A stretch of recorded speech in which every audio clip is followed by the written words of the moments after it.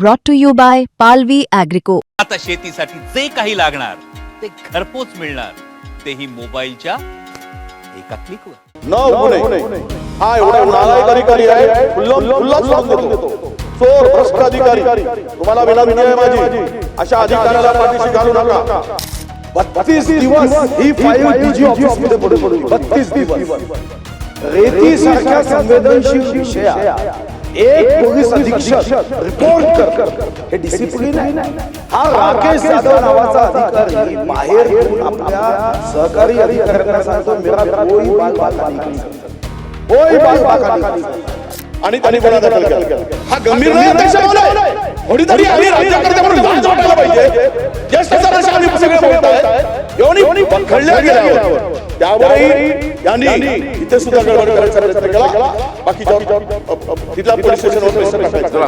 आणि म्हणून आमची मागणी आहे, नाहीतर मी इथे उपोषणाला बसतो। एवढा चोर आणि भ्रष्ट अधिकारी असताना त्याला वाचवण्याचा काय कारवाई करतात अध्यक्ष महोदय? जोपर्यंत आम्ही बसून राहू, पण मला निलंबन, या अधिकाऱ्याचा निलंबन झालं पाहिजे अध्यक्ष महोदय, कारण तो पकडला गेला आहे, गुन्हा सिद्ध झालेला आहे। पण आपल्याला विनंती आहे की हे सामान्य ज्ञान सरकारला आहे का, की निलंबन म्हणजे शिक्षा नव्हे। क्रमांक 5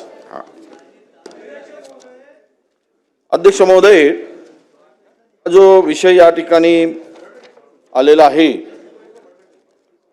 मंत्री महोदयांनी स्पष्टपणे या ठिकाणी उत्तरामध्ये सांगितलं आहे की सदर प्रकरणी कोणतीही कायदेशीर कारवाई न पार पडता तसेच नियमोचित कारवाई न केल्याने त्यांनी बेजबाबदारपणाचे व त्यांच्या पदास न शोभणारे असे भ्रष्ट वर्तन केल्याचे निष्पन्न झाले आहे, हे उत्तरामध्ये सन्माननीय मंत्री महोदयांनी सांगितलेलं आहे।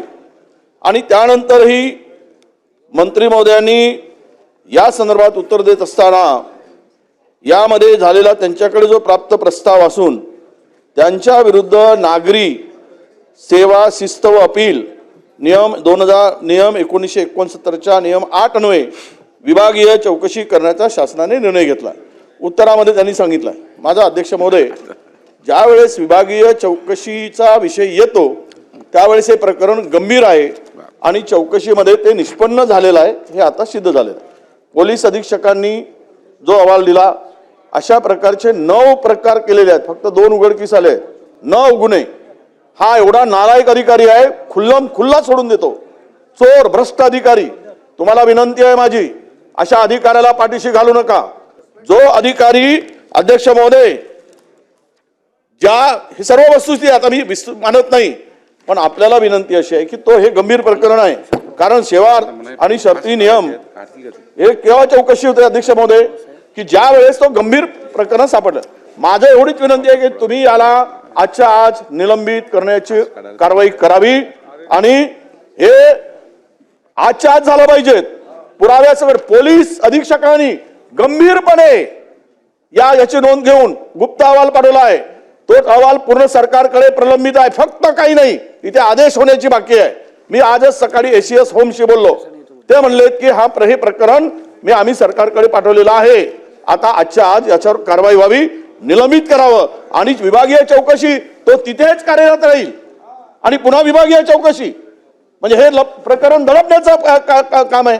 त्यामुळे आपल्याला विनंती आहे, हे सर्व गुन्हे लक्षात घेता तुम्हीच दिलेल्या उत्तरानुसार यांना आज सस्पेंड निलंबित करण्याची कारवाई करणार का? मंत्री महोदय। अध्यक्ष महोदय, सन्माननीय ज्येष्ठ सदस्य विजयरावजी वडेट्टीवार यांनी उपस्थित केलेला प्रश्न, उपस्थित केलेली घटना अतिशय गंभीर आहे। श्री राकेश जाधव, उपविभागीय पोलीस अधिकारी ब्रह्मपुरी यांनी महत्त्वाचे शासकीय पदावर असताना, कर्तव्य पार पडत असताना कुठलीही कायदेशीर कार्यवाही न करता अवैध पद्धतीनं रेती वाहतूक करणाऱ्या ट्रॅक्टरवर वाहतूक पोलिसांमार्फत किरकोळ दंडात्मक कारवाई त्या ठिकाणी केला आणि ट्रॅक्टर सोडून दिला। त्यामुळे राकेश जाधव, उपविभागीय पोलीस अधिकारी ब्रह्मपुरी यांनी आपल्या कर्तव्यात कसूर केल्याचं या ठिकाणी निदर्शनास झालेलं आहे। या ठिकाणी आम्ही शिस्तभंगाची कारवाई करण्याचा प्रस्ताव प्राप्त झाला असून या संदर्भात महाराष्ट्र नागरी नियम 1979च्या नियम 8 अन्वये विभागीय चौकशी त्या ठिकाणी प्रस्तावित केलेली आहे। हा चौकशीचा अहवाल तात्काळ तात्काळ मागून घेण्यात येईल आणि पुढील कारवाई करण्यात येईल. ठीक आहे. 32 दिवस ही फाईल डीजी ऑफिस मध्ये पडून होती. 32 दिवस रेती सारख्या संवेदनशील विषयात एक पोलीस अधीक्षक रिपोर्ट करतो, हे डिसिप्लिन आहे? हा राकेश जाधव नावाचा अधिकारी बाहेर येऊन आपल्या सहकारी अधिकाऱ्यांना सांगतो, मेरा कोई बाग बाका नहीं कर सकता, कोई बाग बाका नहीं कर सकता. रेती चोरीमध्ये याचं क्षेत्र नाही आहे. हा त्या चिमूरमध्ये जातो, चिमूरमध्ये जाऊन गाड्या सोडतो आणि आता ती फाईल आज चहल साहेबांनी आज मागितली. मंत्री महोदय, कुणाची बाजू घेतोय आपण? अरे वाळूचे कनरगडता पहिले तेल निघे, आता नोटाचे बंडल निघतात. तुम्ही या एसडीपीओला वाचवण्यासाठी तुम्ही त्या डिसिप्लिनरी ऍक्शन करता? काही तर मन आपल्याला आहे की नाही? आपण काय पत्थर के सनम झालोय? तुम्ही आता त्यांना निलंबित करा. त्यांना वाचवण्यासाठी डीजी ऑफिस मध्ये यंत्रणा आहे.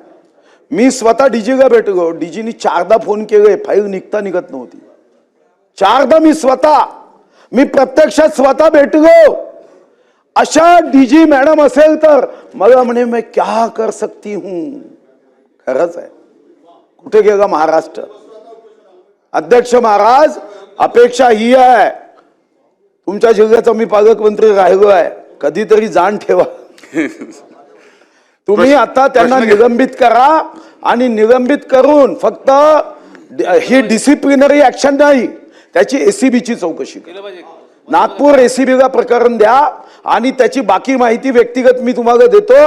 तुम्ही एसीबीची चौकशी आणि त्याचं निलंबन. खरे जर तुम्ही भ्रष्टाचार विरोधी काम करणारे गृहराज्यमंत्री असाल, खरे असाल, खोटे असाल तर मग उत्तर बदलून द्या, पण खरे असाल तर आता निलंबित करा. कोणाच्या दबावावर येऊ नका. मी स्वतः 4दा गेलो आहे डीजी ऑफिस मध्ये. काही लाज राहिली नाही प्रशासनाला. मंत्री महोदय उत्तर द्या.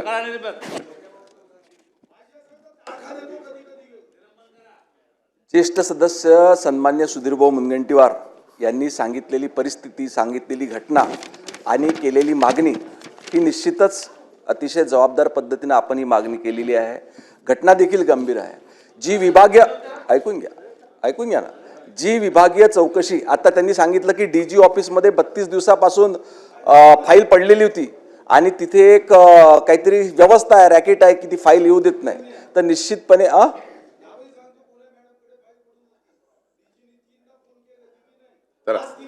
उत्तर द्या. ते अस्तित्वात असलेलं ते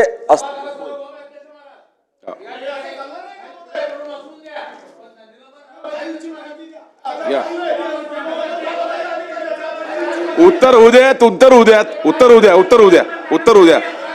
मंत्री महोदय उत्तर द्या. मंत्री महोदय उत्तर द्या ना. अरे खाली बसा, उत्तर होऊ द्या ना. पहिले उत्तर होऊ द्या. या विभागीय चौकशीचा अहवाल मागण्यात येईल आणि विभागीय चौकशीचा अहवाल आल्याबरोबर जे या ठिकाणी मागणी करण्यात आली की एसीबीची चौकशी आणि निलंबन हे दोन्ही करण्यात येईल. वा, चला.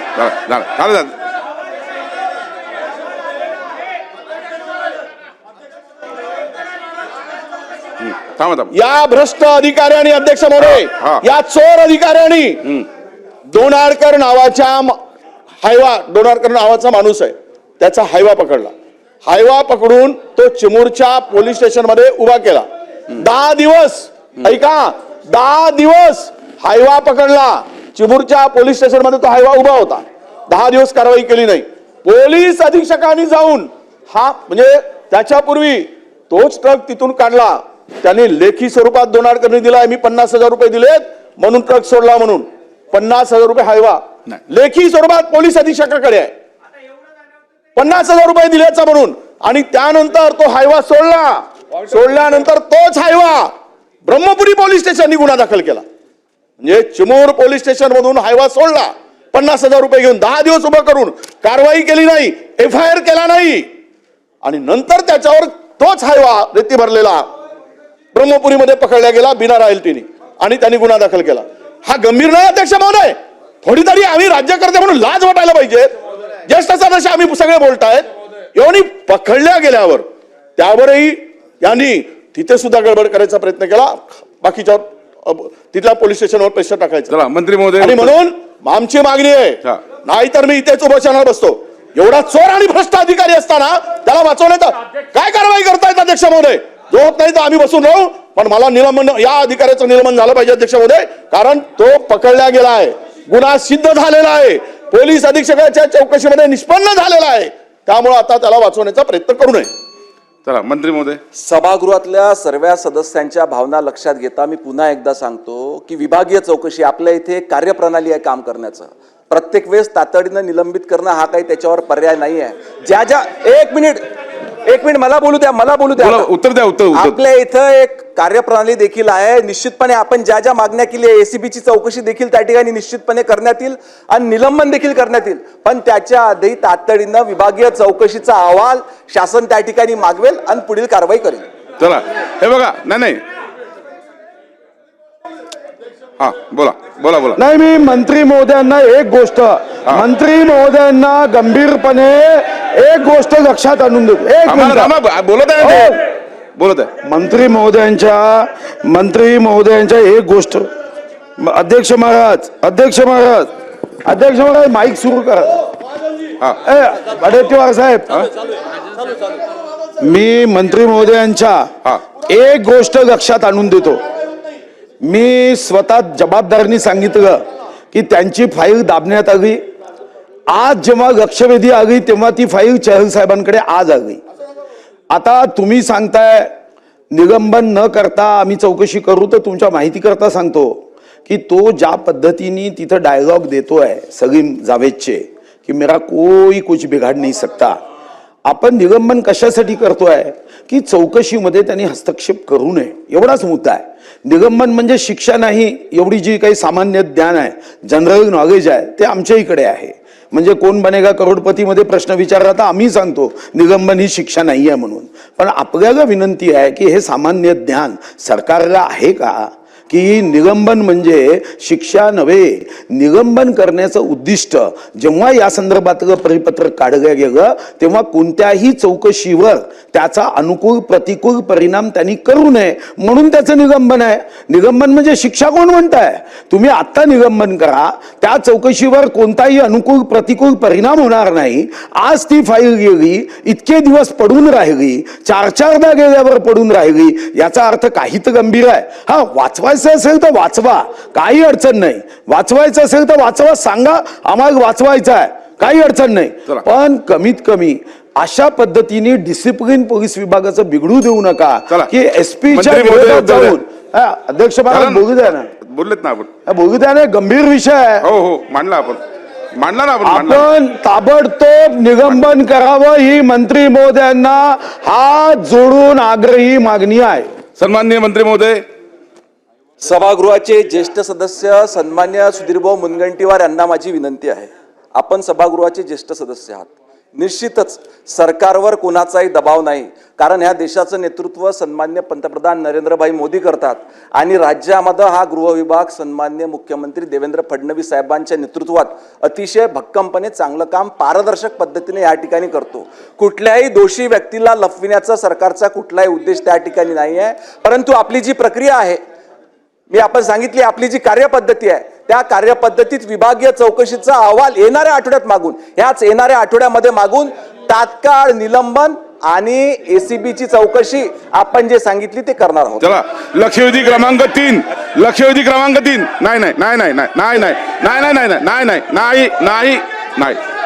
नाही.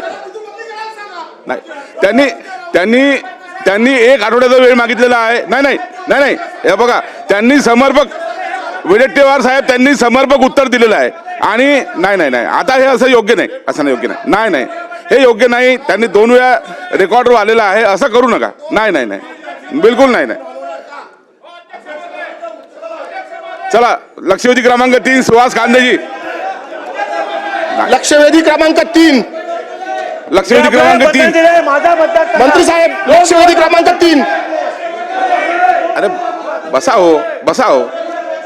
लक्षवेधी क्रमांक 3 हो वितरित केल्याप्रमाणे पाहतोय. अरे हे बघा, एक मिनिट मला ऐका. हे बघा माझं ऐका ना, हे बघा अध्यक्ष महोदयांनी काय सांगितलं, 1:30 वाजेपर्यंत लक्षवेधी घेऊन पुढचा बिझनेस करायचा आहे. माझी तुम्हाला विनंती आहे, ऐका ऐका, नाही नाही नाही ऐका, असं नाही आहे, बाकीच्या लक्षवेधीवर सुद्धा अन्याय होईल. नाही नाही, आपल्याला नाही पुढे जायचं आहे, पुढचा बिझनेस करायचा आहे. त्यांनी उत्तर दिलं ना, समर्पक उत्तर दिलं वडेट्टीवार साहेब.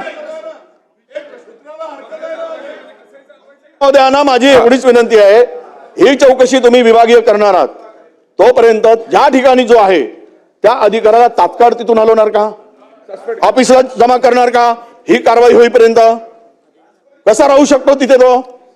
त्यांना तात्काळ हलविण्यात येईल. चला. आता तात्काळ हलविण्यात येईल. चला, ओके.